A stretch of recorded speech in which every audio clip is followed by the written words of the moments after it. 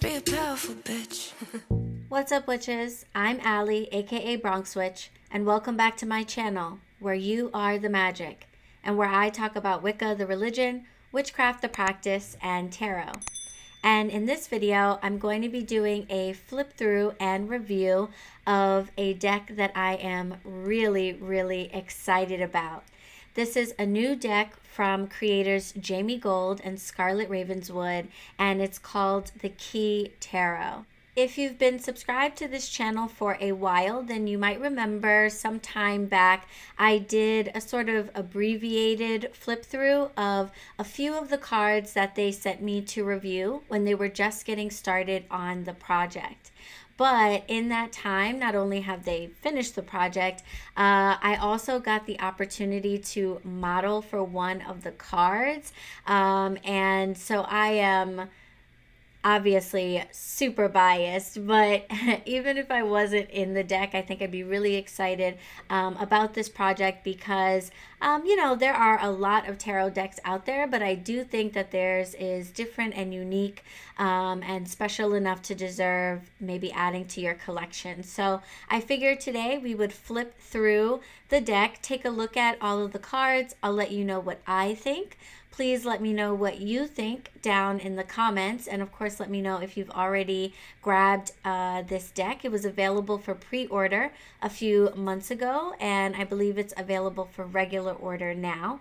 All the information, as well as the links to where you can follow Jamie and Scarlett, will be linked down in the description box. All right, witches, so we're taking a look at the Key Tarot by Jamie Gold and Scarlett Ravenswood. And I figured I'd start off by showing you the box and the guidebook. The box, I would say, is probably intended for you to keep because it is pretty sturdy. It's a nice, sturdy, hard box. I definitely love the sleek look of it. If you see any random marks on it, it's just like dried salt water from being cleansed. But this is the box. Super excited and unbelievably flabbergasted that they chose the World card to be one of the cards on the back of the box, because I'm on that card and I was just like, oh my gosh, I can't even believe this.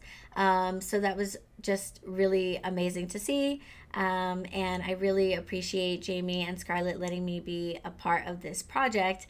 It's just really super cool, and you guys will get to see all the different people who participated in this. But this is the box, really sturdy. And then the guidebook, also really nice, really sleek. I love the design that they went with the black and gold. And the guidebook, I would say, is probably just designed to be a rough guideline for you. They definitely give, good descriptions of the images and general principles about the cards, but it's not necessarily a super lengthy book, so it will be helpful, but you probably won't need to rely on it. All right, let's get into the cards. So first of all, I love the gold gilding. I'm typically not really one for gilded edges and just gilded stuff. I do have one gilded deck, and it's cool, I guess. But I don't really gravitate toward these, but I do think that this is really pretty. The black and gold does look really nice and classy together. On the back of the card, we have the symbols representing the elements. We have the wands, the swords, the cups, the coins, and then we have the key symbol for the Key Tarot. And here's the Ouroboros. Is that how you say that? Ouroboros, the snake that's like eating itself at the edge. So really cool design, really nice.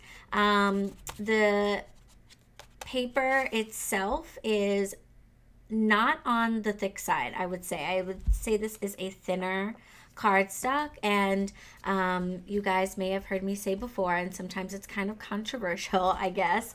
Some people who have thinner decks, I guess, some readers really don't like that. I have really small baby hands, and I like tarot cards that are not super large, not super thick, not really difficult to shuffle. I like a deck that is kind of soft to the touch and easy to shuffle right out of the box. Totally personal preference, but I would say that that's definitely a big check, a big plus for me for this deck, because the paper is nice and pliable and not super thick. But I don't think you're going to have to worry about the cards being not, you know, strong enough to stand up to shuffling and being handled and all that good stuff, because with the gilded edge, I think that probably adds just a little bit of stability. That might be in my head, but I feel like it's a little extra something on the edges. So you shouldn't have an issue, I would say. But that's just me guessing. I haven't started like breaking them in yet. But let's take a look at the images. So I have seen some of these, actually a lot of these already, because I've been following the progress of the project on Instagram at The Key Tarot. You can follow them at The Key Tarot, and all the information for the deck and for Jamie and Scarlett will be in the description box, so check it out. But you can go to the Key Tarot Instagram page and see all of these really cool videos and clips of the progress of how, I think they posted about pretty much every card, how they got from the original photo to what you see on the card, which is a whole unbelievable process that I think Jamie, you know, principally does, which is just like amazing, all of the work that went in to make these. So starting out with the major arcana, we have the Fool, and I'll start, of course, with the obvious, I guess, is that this is a Rider-Waite-Smith based deck. So you're going to see Rider-Waite-Smith imagery and references and symbolism throughout the deck. And I personally like that. Again, this is one of those things that is, you know, more of a personal preference thing, and I guess I may be a little bit old school in that way, but I really prefer when decks, especially if they are Rider-Waite-Smith decks, really try to stick close to including as much of the traditional symbolism and imagery as possible. I think it's really awesome to see how different people recreate those images and how they sort of re-envision a way to deliver it to the reader. But I think it's important that a lot of those symbols and images be included in the deck, because I think that the meaning of the deck, or the meaning of the card, can get lost, and that's important. And I've talked about this before. I absolutely believe that your intuition is incredibly central to doing a reading of any kind, to any form of divination. But I also think that it's important to have knowledge of the foundations of the type of divination that you are working with. So whether it be runes or tarot cards, scrying methods, etc., I think it is important to have an understanding of the foundational interpretations and vibrations of what it is you're working with, so that you can pair that with your intuition and the messages and vibrations that you receive from spirit to receive a really well-rounded message. And I think that when Rider-Waite-Smith decks in particular remove too many of those images, you can kind of lose that element. And yeah, I also think that sticking close to the traditional imagery is really helpful in terms of making tarot accessible to everybody. And I think that, you know, the obscure decks are definitely super, super cool. And they can be cool for really artistic reasons, or they can be cool because, you know, their obscurity just makes them really challenging or really, you know, deep in some way. And I think there's something to be said for that, certainly. But ultimately, I think that tarot is a tool. And a tool is really only as like useful as it is usable. One of the things that makes the telephone, for example, such a useful tool, I think, is that it's easy to use and it's accessible to most. So I really like when tarot decks maintain those images and make the interpretations of the cards accessible to people. I don't think I'm an obscure deck kind of girl. But again, that's totally personal. And as you can see through flipping through the major arcana, while they've definitely taken their own spin on things, I love the differences, like the judgment, like parishioners, I guess you might call them, or worshipers, are under the water. That's like super cool. First of all, how they were able to create that digitally. If you go on the Key Tarot Instagram page, I think you can actually see a video of how Jamie edited this and created this vision, created this image. But then of course you'll also see how key elements of the image are left in, to maintain that vibration. And then we are at what unfairly and totally biasly is now my biasly, I don't know, but this is now my favorite card. This is the World card, obviously, and this is the card I got the chance to pose for. I love it.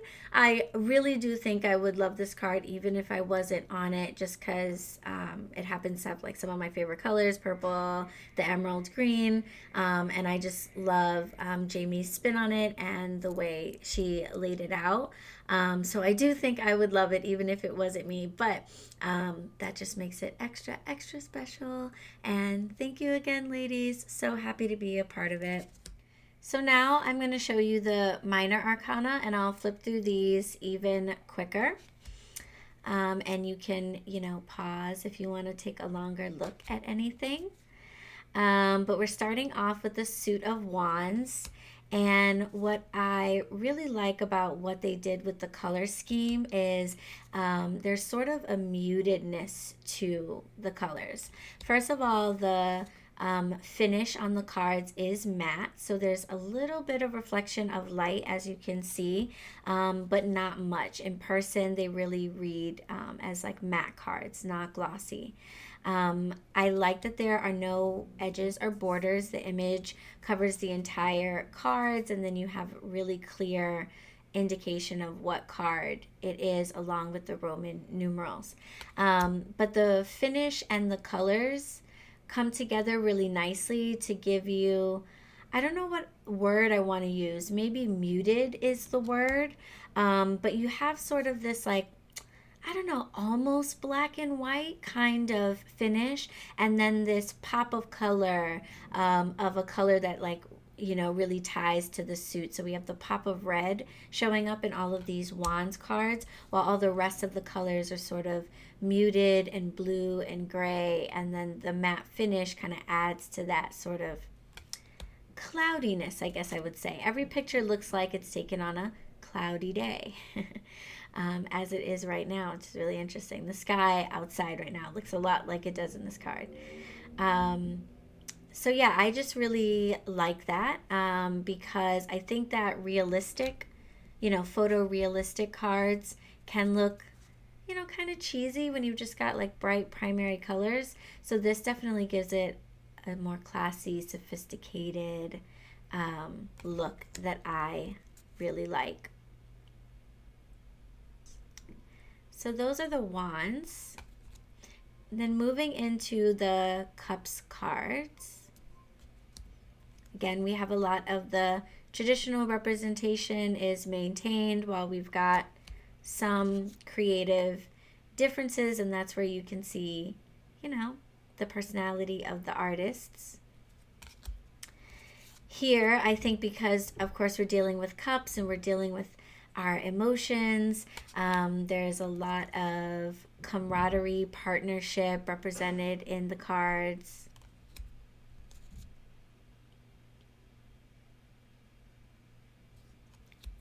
There's also a lot of diversity in the cards, which is cool for me. Hopefully that's cool for you too. And kind of similar to what I was mentioning about the True Heart Intuitive Tarot by Rachel True. One of the things I like about that deck is that when it comes to the diversity in the deck, it's not sort of like forced or, you know, kind of like put upon, I guess would be the word. It's very natural. And so all of the people in this deck are actual readers and witches and mystics in the community. So you might be familiar with a lot of them. You may have seen some of them before. And that really adds to the naturalness of the diversity of the deck, I think. Because with Jamie and Scarlett just reaching out to the community at large, which is a very diverse community, they just kind of by chance ended up with a really diverse deck. Now, they may have been trying to emphasize diversity and, you know, may have gone out of their way to really get a diverse group of models for the project, but it seems like more likely what they did was just reach out to the community at large, and they got a diverse group of people because our community is a super diverse community. And so I think that's cool. It's a little microcosm like of us, you know? So now we're moving into the Swords card. I just think this is so pretty, this card.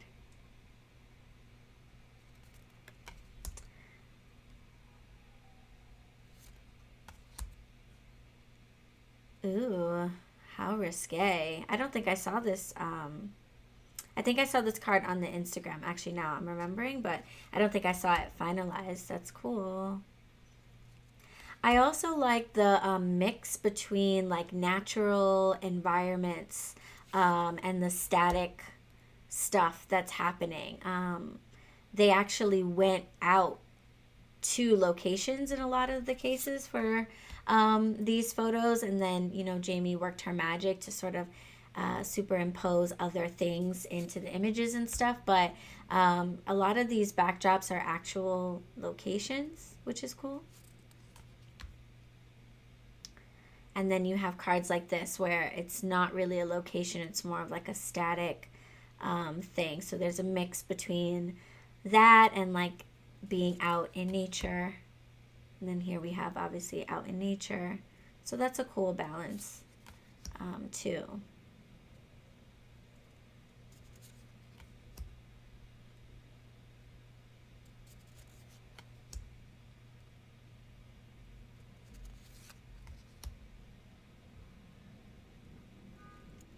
All right, and finally we have the Pentacles.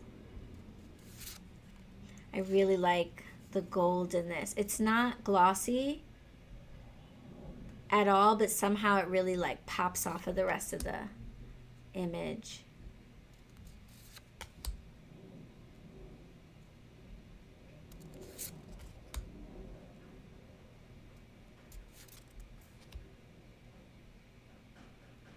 Ooh, I really like this.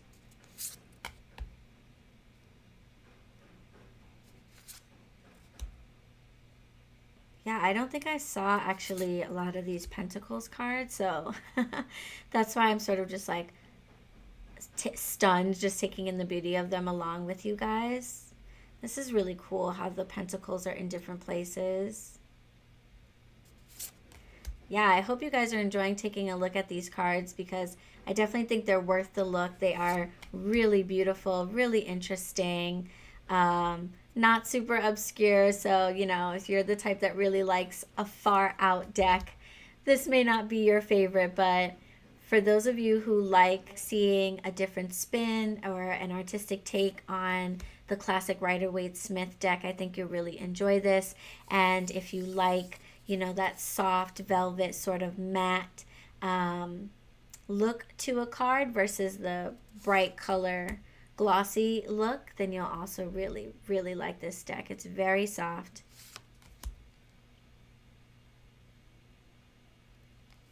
Shout out to Elijah. That's one of the readers in the deck that I know. I don't know most of the folks in the deck, so I'll have to get to know them as I go through. And that might be something that you like too, about the deck, getting to know the actual people. Because these are real people, you know, unlike when we're looking at a deck that's been illustrated, like the traditional Rider-Waite-Smith deck, we're talking about archetypes of people, but not really specific people. And I think it would be really interesting to, learn more about each actual person and see how that lines up with the card that they got assigned too. Because I definitely can see a lot of interesting overlap with me and the world, and I wonder if that played out for everybody else. So now is the moment of truth. I have been waiting for this moment.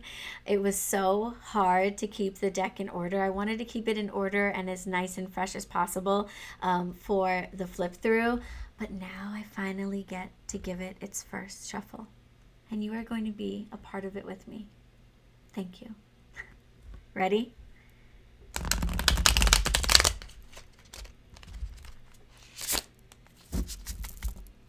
Okay. Yeah, I can live with that.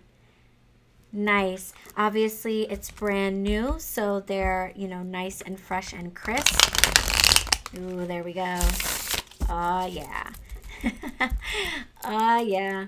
Okay, so yeah, they're nice and fresh because they're new, so they're a little stiffer. Ooh, but they are already softening up pretty nicely as I get them warm.